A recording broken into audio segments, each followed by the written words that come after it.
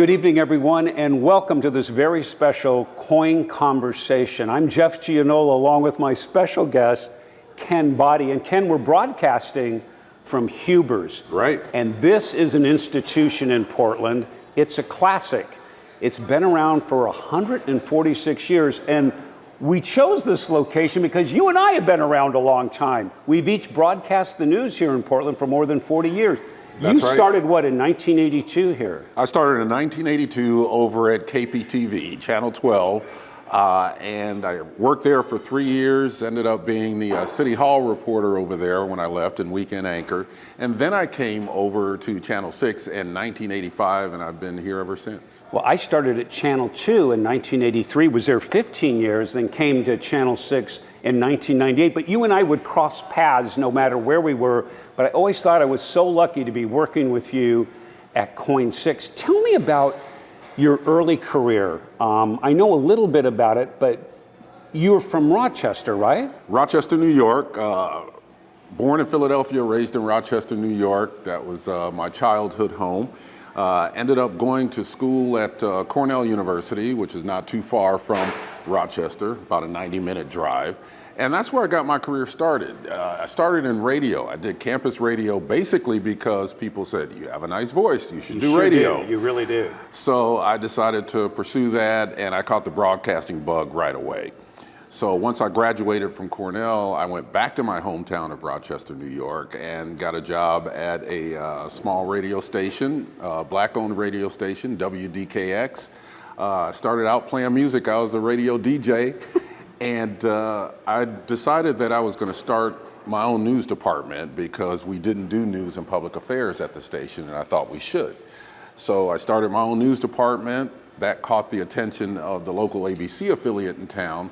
So for about a year and a half, I worked both radio and television in Rochester before I moved here in 1982.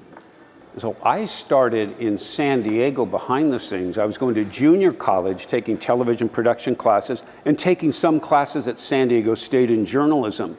But I was interning at a television station down in San Diego, and I was going behind the scenes working with reporters and photographers, and a job came up to carry the equipment for photographers, and I took it. Called a grip. That was a grip. Yeah. Because I needed the money, and I loved it. But I was working with photographers and reporters, and that's really where I learned my craft. And then my first on-air job was in Santa Barbara in the late 70s and early 80s, and Reagan was president. So the White House press corps was always there because that's where the Western White House was, at the Reagan Ranch. And the Queen came to visit, and I know I broadcast live for the Queen's visit. So a lot of things were happening in Santa Barbara, and then I just moved up the West Coast in '83 and came to Portland. So you came to Portland in '82, I came in '83, and what I'm struck with, when you and I started here, this city was exploding. Things were happening, especially downtown. There was Absolutely. The renovation of Portland. It wasn't the sleepy town anymore. Pioneer Courthouse Square, that opens in 1984, and you think about that, I mean, that was a pretty incredible opening. I think 100,000 people downtown. What do you remember about that? I just remember that there was so much excitement about downtown becoming the beginning of a world-class city. And Pioneer Courthouse Square became Portland's living room, and that became the center of the city. Shortly thereafter, we had Max Light Rail that started on the west side. So it started on the west side. It went from Gresham to downtown. Yeah. And I remember broadcasting live when that first happened. I was at Channel 2 then, and it was just so exciting. You know, and I was at Pioneer Courthouse Square, which had just opened. Yes. So you had two things going there. I mean, things were happening in this city. Yeah, and it was exciting to be a part of. Even in the 80s, Portland was starting to get national attention. I mean, our transportation system with the light rail was getting a lot of attention nationally. We were kind of viewed as a model for urban development. And things just kind of picked up from there. Eventually, we became known as a world-class city. And then the pandemic happened and all of that changed. But in the 80s, this was quite the place to be. It was the up-and-coming city in America. You had developers come from all over the country to see the miracle that was happening in Portland. They wanted their downtowns to be Portland. They say Portland has the secret with transportation, with Portland's living room, Pioneer Courthouse Square, and then the redevelopment of the old theater, the old Portland Theater, which was originally the Paramount Theater, which was Arlene Schnitzer Concert Hall. Correct. And then the building next door, which also becomes a theater, and it becomes the Performing Arts Center right in the, that becomes a jewel of the city, all at the same time within a few years of each other. I mean, things were really happening here. Yeah, no doubt about it. And I'm glad that you mentioned the Arlene Schnitzer Concert Hall, because the Schnitzer family has been such a, they have been so great for the city of Portland. You think if you don't have those families, that philanthropy in a city, if a city can die on the vine. Yeah, no doubt about it. And Arlene Schnitzer was really known for an artist, being an artist, and she supported a lot of local artists here. So she started the Fountain Gallery, which was really popular back in those days.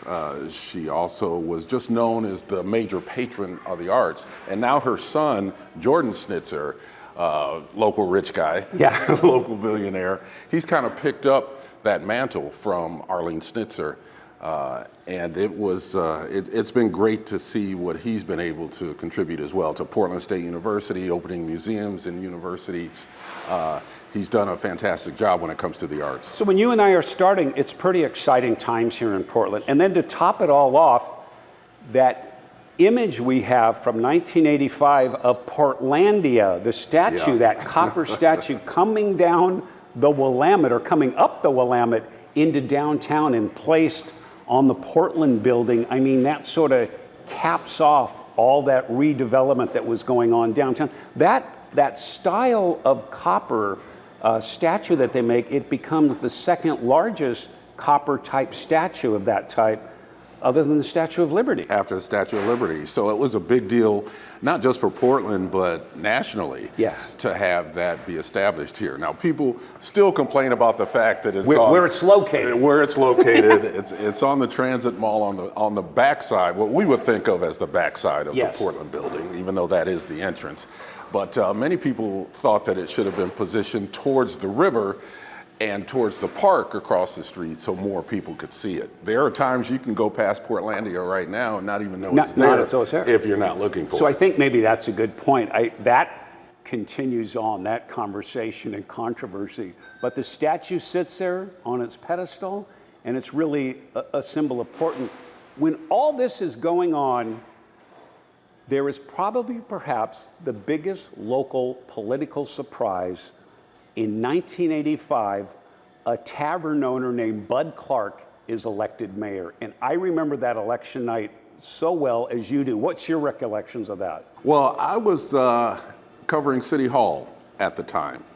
And that was when Frank Ivancy was the mayor. And he was kind of a tough guy mayor. And I don't think that he really realized how much of a populist movement was happening underneath his feet. Bud Clark was able to tap into that. He was the tavern owner at the Goose Hollow Inn in the Goose Hollow neighborhood in Southwest Portland. And he was just a man of the people. People called him the people's mayor. And so it got to the point when we were getting close to the election that year that Ivancy finally realized this guy, Bud Clark, could win.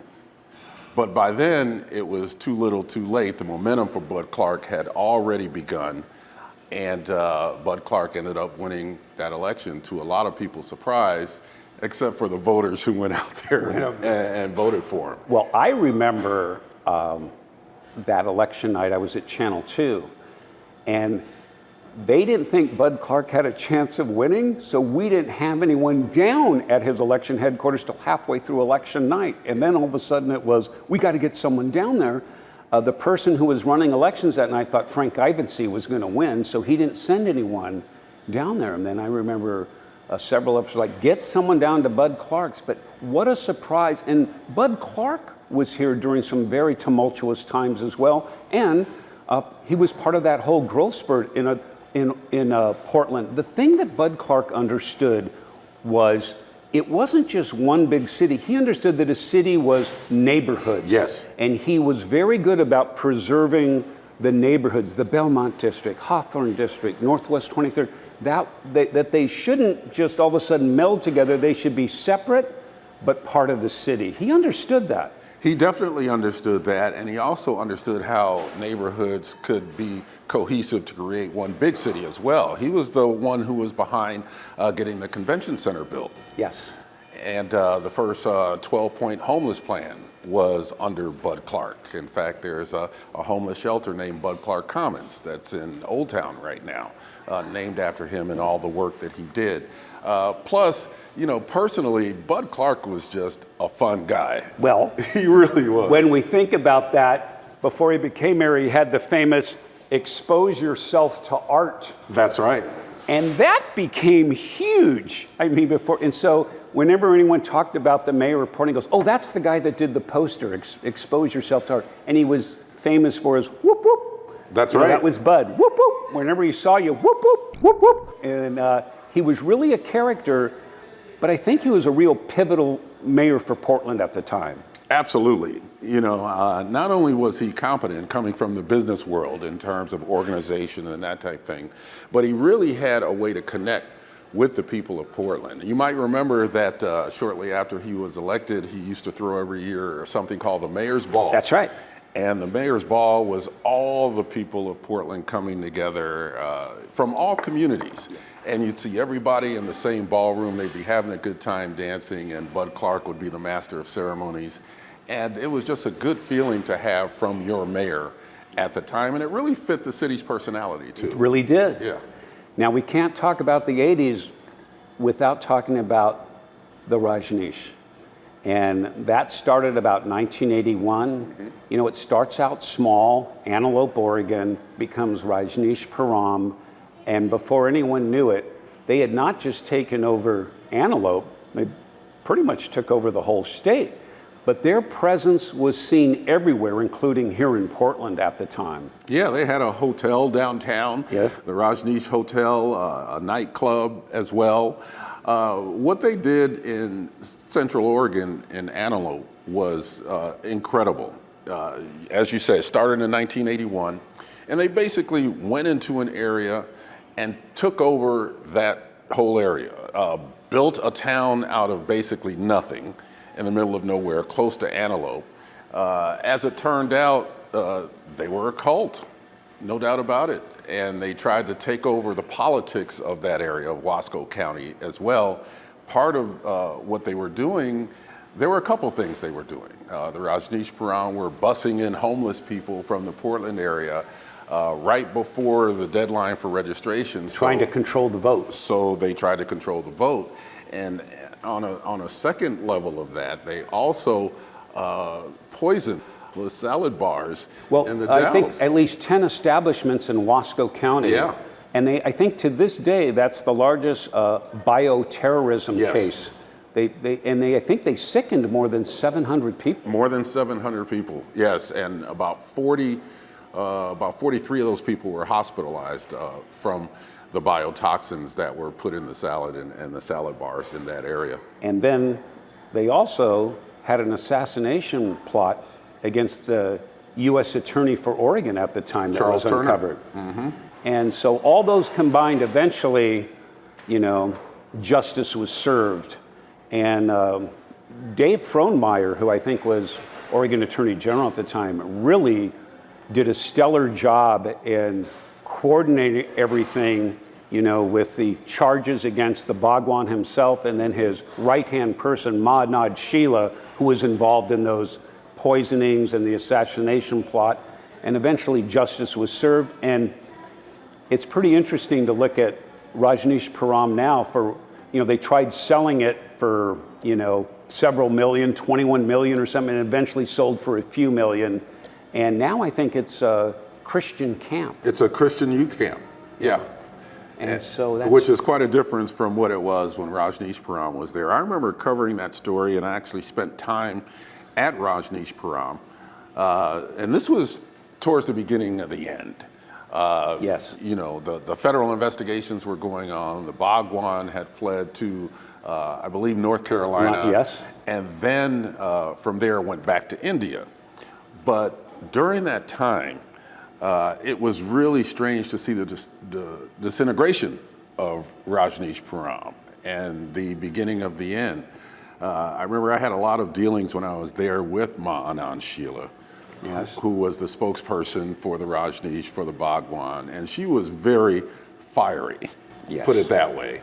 And I think she really enjoyed tweaking us did. in the media. She did. I mean, she would say outrageous things, and it was really kind of amusing if it wasn't so serious. The scary thing about it is, when you went to Rajneesh Prom, I remember when I went there for the first time, their security force with automatic weapons. Yes, yes. Out in the middle of Central, and that really was frightening, I thought. What possessed you to be carrying automatic weapons? But they were a cult. They were kind of a paranoid cult. I think they knew that, their time was probably going to be coming to an end soon, and so they started to get more paranoid and more at the end, but eventually, they're just part of Oregon history now. Yeah, absolutely. And the one thing I'd like to say about Rajneesh Param is that there was the hierarchy, which was basically doing the bad stuff. Yes. And then there were the sannyasins, or the people who just went to Rajneesh Param for the free love. And They loved the free love part. Yeah. We later found out about that, but they loved the free love part. Yeah, you're absolutely right. And this story was kind of forgotten by a lot of people, not Oregonians, and then Netflix comes out with Wild Wild Country. They've got clips of us in there, and that yeah. caught fire with people, and then we were all surprised. You're in that, I'm in that a little bit, You see some of my reporting, and it just shows you what a remarkable story that was and how that will always be a part of Oregon history. Absolutely. And because it happened in the 80s, a lot of people don't remember it. Yeah. But when I tell people about it, they're like, oh, that happened in Oregon? Yes. Yes, it did. Yeah. And we were witnesses to it.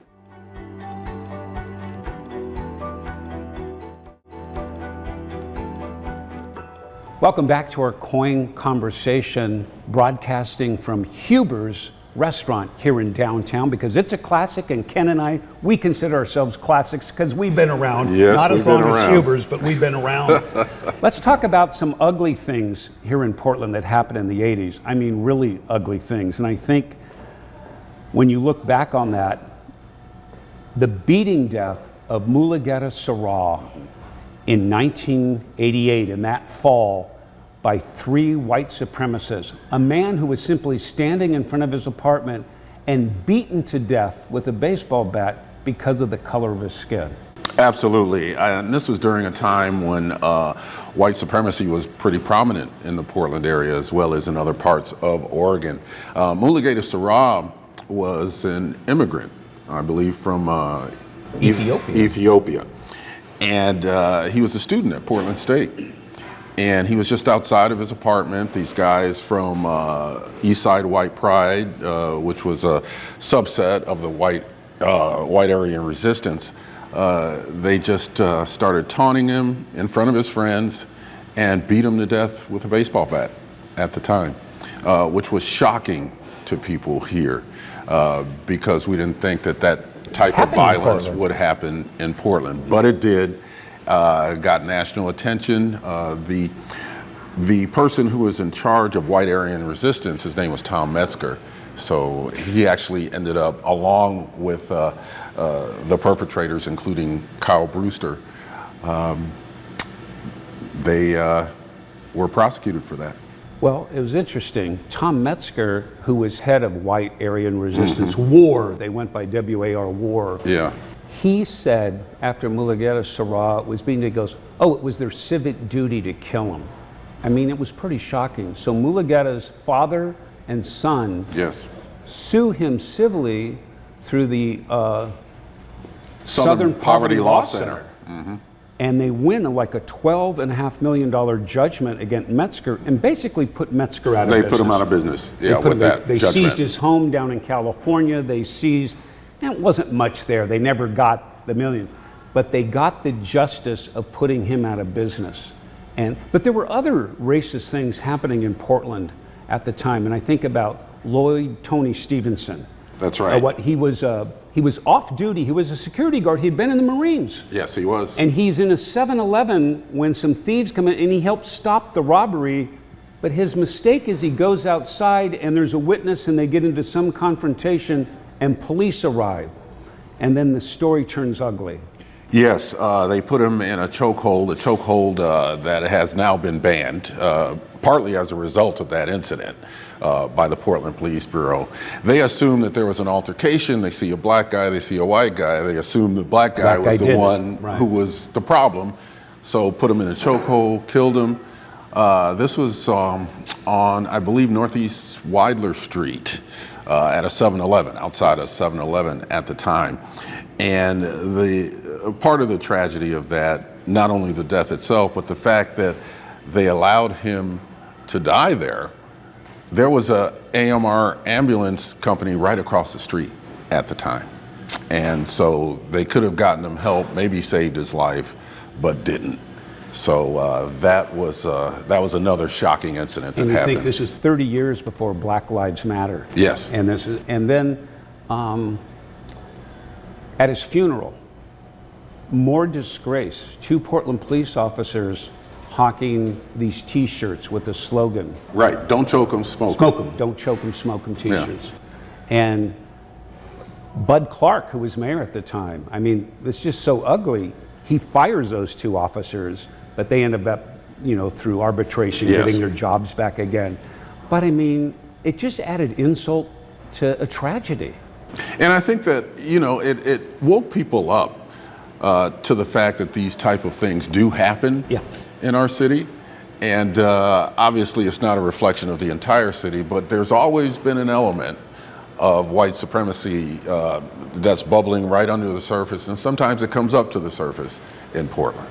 So you think that was in the past 30, 35 years ago, 40 years ago, that there's things happening, but you and I have an experience. I work closely with you, and a few years ago, I mean, in the media business, we often get ugly emails. Yes. You've had more than your share of racist emails or racist messages, and you got one that was particularly ugly. And you and I talked about it, and we decided, let's shed light on that.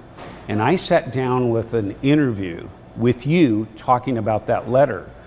And that interview later went on to win an Emmy for exposing ugliness. Let's take a look at that right now. The letter, addressed to Ken Boddie at KOIN TV, was written over a printout with a picture of Ken.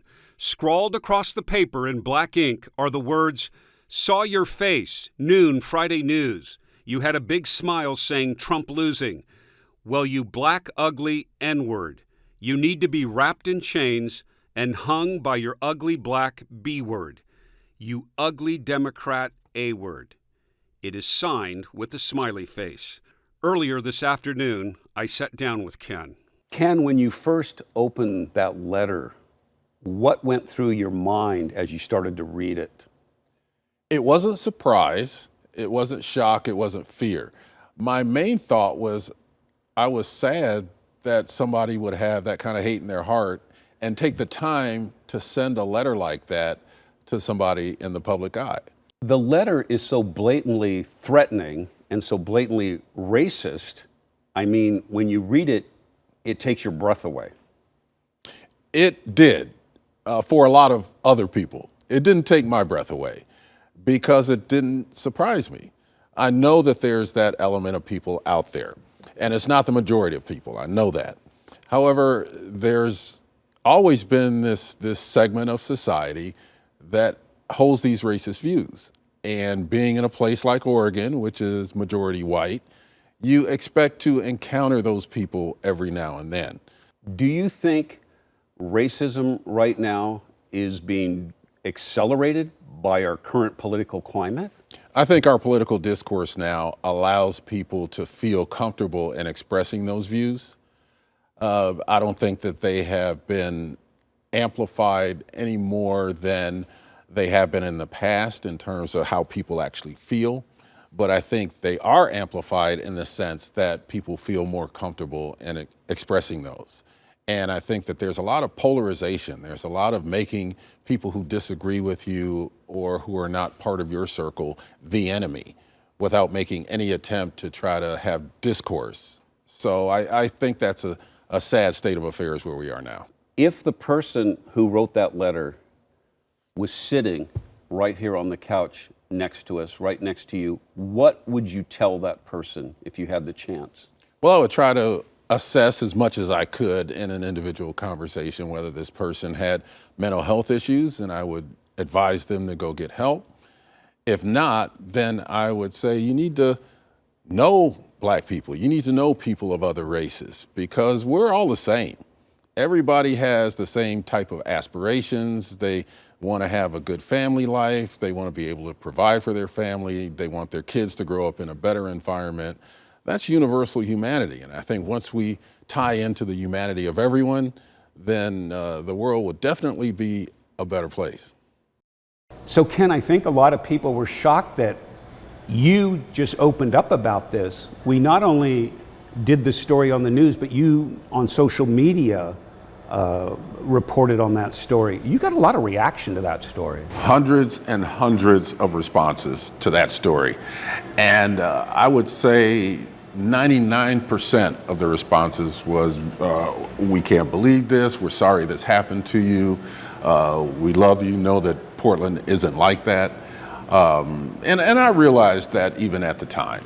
You know, as you said, I was no stranger to getting racist emails before that. So this wasn't the first, but it was definitely the worst. It was pretty ugly. So it was something that rather than just sit on it, I wanted to put it out there, and I wanted to let people know that these kind of things still do happen, and that it's an additional, I won't call it a burden, but I'll call it an additional responsibility, especially being African American in this city, to let people know that this is what we deal with throughout our entire careers. Not necessarily to this extent, but yeah, it's an undercurrent that is there. We're going to continue this conversation. We've got a lot more to talk about, including the 1996 flood, and when KOIN itself and the KOIN building became news. And you were on the inside and I was on the outside working at another station. That's so right. Our KOIN conversation from Huber's will continue after this.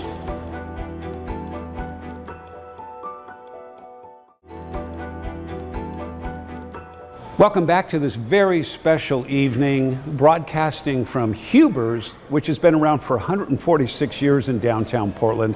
And Ken and I are joking that we've been around about half that time broadcasting the news here.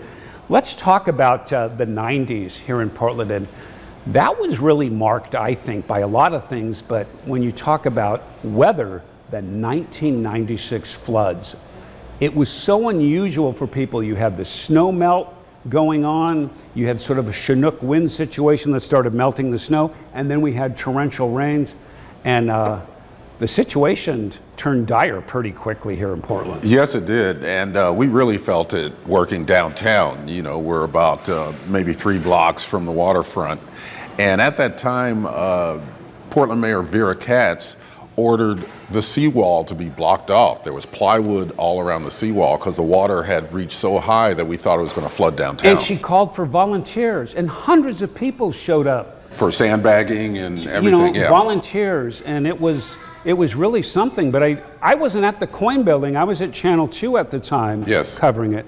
But we covered the fact that it looked like you guys at KOIN 6 down in the newsroom might have to evacuate. Yeah, there was some talk about that, and that didn't happen, fortunately. But, you know, some of the, like along First Avenue and NATO, they were pretty much buried under the water. I remember reporting, and some dock had broken loose in Lake Oswego at a restaurant, and I said on the air, it'll be interesting to see how fast that dock will be floating by downtown Portland. And it was about a half hour later, and there it was, and the debris that had piled up against the bridges downtown. But what I remember about all the reporters in town, no matter what station they were working for, I mean, it was like 2 weeks of solid reporting. People were sleeping at the station, people were, you know, sleeping in hotel rooms. It was like it was just unrelenting. Just when you thought, okay, we're going to get a break, more rain would come. There was more flooding, and then there was that relief when finally, okay, the worst of it is over. Yes. The water is receding, and to this day, you can go down to downtown Portland or different buildings, and people mark, either How high on the the water pilings got. or on their building, Yes. where those floodwaters were. Yeah, it was quite the time, and we live in a city that's used to rain, we're used to snow melt, but this was the confluence of a lot of worst scenario factors coming together, and just making it really dangerous downtown in terms of the conditions down there. And that was when I bought my first pair of hip waders, as a matter of fact, to go out and do reporting. I didn't have any before, so I had to get some. But that was really a memorable time. So that was in February of 1996. But just 1 month before that, in January, something happened at the KOIN building that made news, and KOIN itself and KOIN News became news, and that was a hostage situation. And a gunman who had come into the Charles Schwab office, which was located in the lobby of KOIN that time, he was dissatisfied with the way his investments went over, and he started firing his weapon. His name was James Rinker. James Rinker. I'll never forget that day because it happened, it started during the course of the day. It went all afternoon. And James Rinker came in through the loading dock below the station. So he managed to get in through the garage, shot 2 people in the garage, not fatally, they survived, and then moved up to the lobby. From what we understood, James was trying to get up to an attorney's office where he was upset with a couple of women up there. Don't know the exact reasons why. But because of what happened down in the loading dock, the elevators were locked. That was a safety measure. So he stayed in the lobby area and went over to the Charles Schwab brokerage and took people hostage in there. So this went on, the cops were there, the negotiators were there.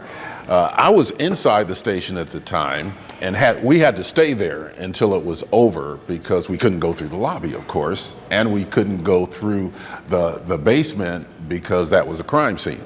Well, there was an amazing photographer who worked at KOIN at the time, and his video of what happened that day, he kind of risked his life to get that video, and tell us about that amazing man who just recently passed. He recently passed away. Morris Banks was his name, incredible photographer.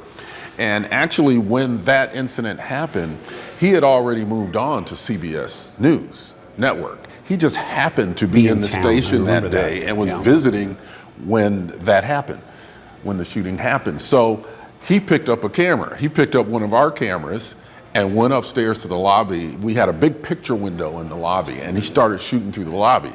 Now, the cops were telling him not to be there, that it was a dangerous place to be, which was obvious at the time because he had line of sight to the gunman. But Morris was fearless, and that was part of the reason why he ended up at CBS. He shot for the reality show Cops for a while before he went to CBS. He was doing that while he was still at KOIN. And Morris got some of the most incredible pictures of that incident, which we couldn't air in real time, but our 11 o'clock news that night was incredible because of his footage. Yeah, here, normally news people would be covering the story, but they were part of the story. We were part of the story. And you were outside at the time, right? I was outside at the time covering it, and we were like all worried for the staff inside at KOIN 6, all the other reporters outside. And I had a really good friend, Bill Calder, who was a police officer at the time. He's long since retired. And Bill was out there giving me updates as to what was happening and what was going on. And I know we were all worried about, what's happening to the staff at KOIN, but it finally ended, and but not without some injuries. I mean, there were some people wounded in that incident. Right, the 2 people down in the loading dock when he came in. Yeah. The Charles Schwab employees were fine. I mean, they were released after it was all over. Rinker finally just gave up. You had mentioned Vera Katz when we talk about the floods and her leadership at that time. we've already talked about Bud Clark as a mayor, but Vera Katz was a pretty amazing mayor at Portland at some pivotal times as well. She was a true leader, wasn't she? Yeah, she was one of the best mayors that we've ever had. I agree. In my opinion. Yeah, I agree. She was no nonsense. No nonsense. Whatever she said she was going to do, she did it or tried to push it through.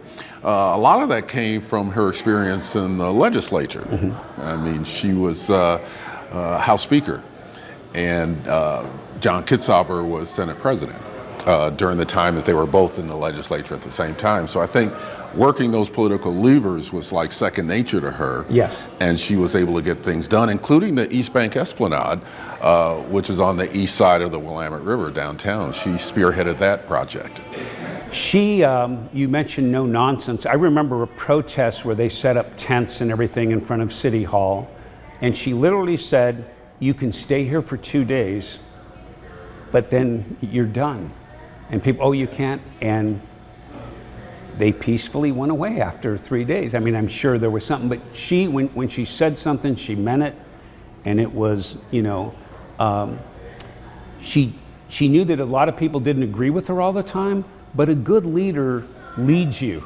And that, they're not in for a popularity contest, they lead, and I think she fit that bill. Yeah, she definitely did. And I think we can see that even in today's politics. If you go for someone that you have faith in, you want them to make decisions. You want them to have an agenda to move forward. Even if you don't agree with it, at least this person will do what they say they're going to do. So, she was very much like that. I miss her leadership every day. She was a great mayor. She passed a number of years ago. Yeah. Okay, our conversation continues after this. We're going to talk about the protests of 2020, which are still reverberating today. And we'll talk about that when we come back.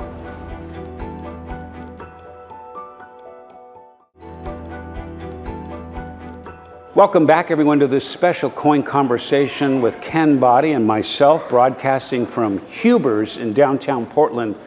Ken, the 2020 protests in Portland. Not only do we have COVID going on, we have violent protests night after night for weeks. And we're still recovering from the scars of that these years later. Mainly our reputation, because things have gotten so much better, but people remember those ugly images from back then. Definitely so. And, one thing to point out is that those protests and demonstrations started after the death of George Floyd in Minneapolis. And Portland has always had a reputation for demonstrations and protests. So it was no surprise to me that our demonstrations and protests got that big. They caught the national attention of people across the nation. And our demonstrators, there were basically two groups of people. There were the people who were out there demonstrating peacefully and legitimately for racial justice. Then, as is always the case in Portland, you get your Antifa or anarchists, as they were known back in the day, who kind of piggyback on that, and that becomes the image, that becomes the reputation. So the reasons for the demonstrations, the peaceful demonstrations, the message gets lost. The message got lost, and then the reputation that we got came from the violence that happened as a result of these hangers-on. And then Portland trying to recover, and a lot of downtowns have the same. They're trying to recover from COVID. Portland's having a rougher time than a lot of other places right now. And recently there was a Wall Street Journal article a few months ago using Big Pink as sort of the lightning rod of what was happening in Portland, saying we're in a business doom loop with U.S. Bank Corporation moving out of the tower only 10% occupied, a lot of things happening there. And yet there was some hope in that, because about a month after that article came out, someone came up and said, I'm going to buy that building. Yeah, and bought it. His name is Jeff Swigert, big-time businessman here in town. He bought Big Pink. Also, after that, bought BMW of Portland. And he has already said that he's going to commit millions of dollars to help bring downtown Portland back, starting with Big Pink. Yeah, you and I talked about how it takes philanthropists, some money sometimes, people who say, I can make a difference and I have the money to make a difference. And he could be one of these people in the future. Yeah, absolutely. And I think that he's an example of the motivation that a lot of people feel in order to bring back Portland, especially the central city. You talked about how empty Big Pink was, or is. That's an indication of a 35% downtown office vacancy rate in the central city, the highest in the nation. And that means a loss of millions of tax revenue to the city of Portland. That's right, and we're seeing that play out on the political side with increases in taxes and fees to make up for that, not just in the central city, but statewide. So that goes to the urban doom loop that you just mentioned, that you just talked about, because as tax revenue goes down, then we have to figure out some way to pay for those services. Yeah. But as you pay for those services or those services get dropped, then that makes the city less attractive, and that cycle just keeps going. So we're trying to bring ourselves out of that, and Jeff Swickard is one of the people who's determined to make that happen. I do see some kernels of hope, and I really am hopeful for the city in the future. I think a lot about Portland. And yeah, we've been through some rough times in downtown, but I really do seeds of change right now. The problem is it doesn't happen quickly. True. It takes time, and there's things that are happening where it's going to take time. But I do eventually see in the next few years rising again, like when you and I first started here, that hope, that downtown, everything, new and exciting, Pioneer Courthouse Square and stuff. Portland needs to rise again to that, and I'm really hopeful in the future that we can. Yeah, we can do that. And I think the deep pockets will tend to drive that. Yes. We have a number of people in town. We mentioned another one in terms of Jordan Schnitzer. There are people in town who have the resources and the wherewithal and the motivation in order to bring Portland back. The bottom line is we've got to take care of the basics, though. We've got to clean up the streets. Yes. We got to be safe. Got to be safe. So public safety is important. Just the visuals of seeing people on the street with nowhere to go. We have to find some way to take care of those people so that either they have a place to go or they have resources where they can help themselves. But we're seeing improvement along that line already. We are Mayor seeing Keith that. Wilson is focused on getting, homeless off the streets and into shelters. Let's take a break because this is the best part of this conversation. When we come back, we're going to talk about the Blues Brothers. Ken and I appearing as Jake and Elwood over the last few years during the Blues Festival, and how that caught on, and that became something we really look forward to every year. We'll be right back.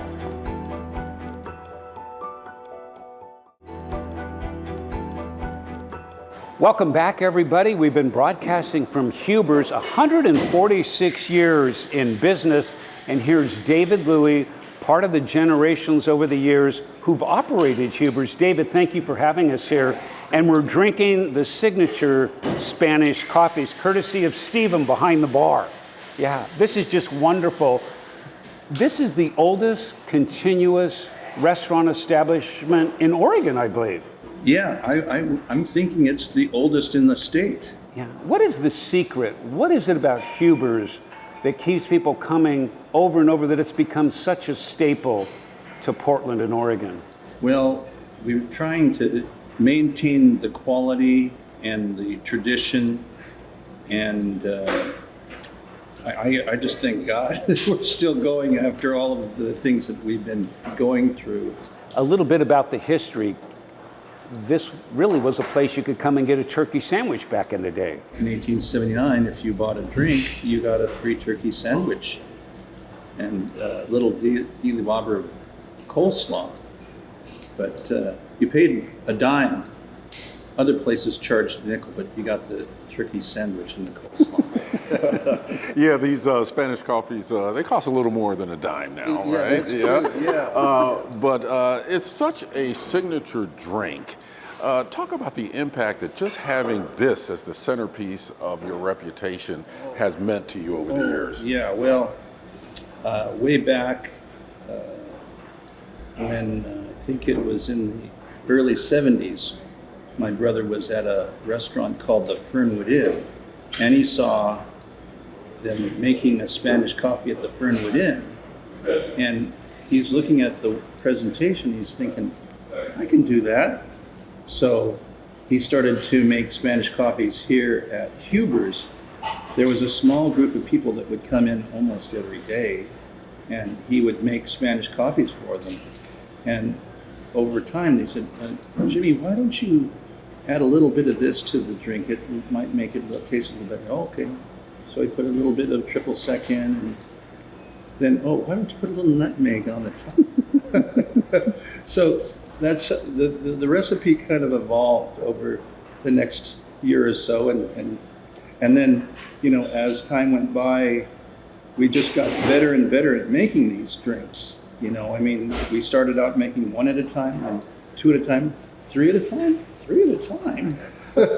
Well, I mean, you know, they got the bartenders got very good at making the Spanish coffee and presenting it in a way where it's just so much fun to just watch it being done. Yeah, it's a real show. It's a performance, Yes, and people come in not only for the drink itself, which is delicious, but also by the way it's made. You know, the long pours and everything that we saw. The showmanship of making the drink, and the building itself. When you look here and you see the stained glass skylight and you see the wood panels and the wood booths, I mean, this is like being in part of history, isn't it? Oh yeah, definitely. Yeah, this takes you back.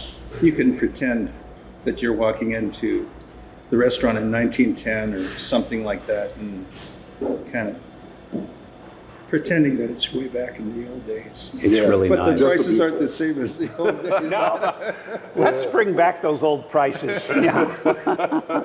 Yeah, but this is one of those things where if you order a Spanish coffee, if you haven't had one before, realize that they taste fantastic, but they're a pretty strong drink too. So take it easy. Oh, Yeah. yeah, absolutely. They're so catch up. tasty you want to drink a bunch of them, but I wouldn't advise that. That's right. That's right. Well, let's have another toast here Okay.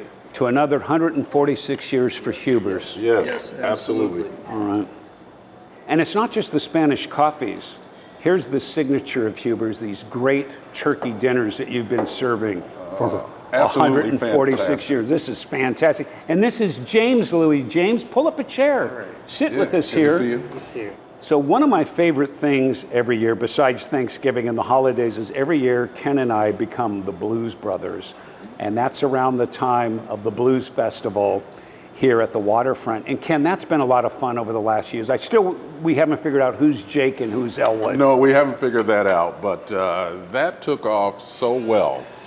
People, even to this day, when I go out into the community, Hey, they it's the mention Blues that. Brothers, yeah. Hey, it's the Blues Brothers, you know, or the Blues Brother, one of the Blues Brothers. And it was just so much fun to do really that was. shoot. And we've got to give a shout out to the creative mind behind all that, Derek Lyons. Who's came on up this with that. shoot right now, as a matter of fact. So, Derek, you did a great job. We had a lot of fun doing the Blues Festival, Blues Brothers. It was fantastic. It was for the Blues Festival. I'd like to come out of retirement next year and revitalize the Blues Brothers with you. It was easy for me because my job was to keep silent. I was the silent Blues Brothers. It kept going. Listen, thanks again for having us here. Thank you. David, James, thank you so much. Appreciate it. And thank you at home for watching this very special KOIN conversation. And to all of you at home, happy holidays from all of us at KOIN 6 and all of us at Huber's. Take care.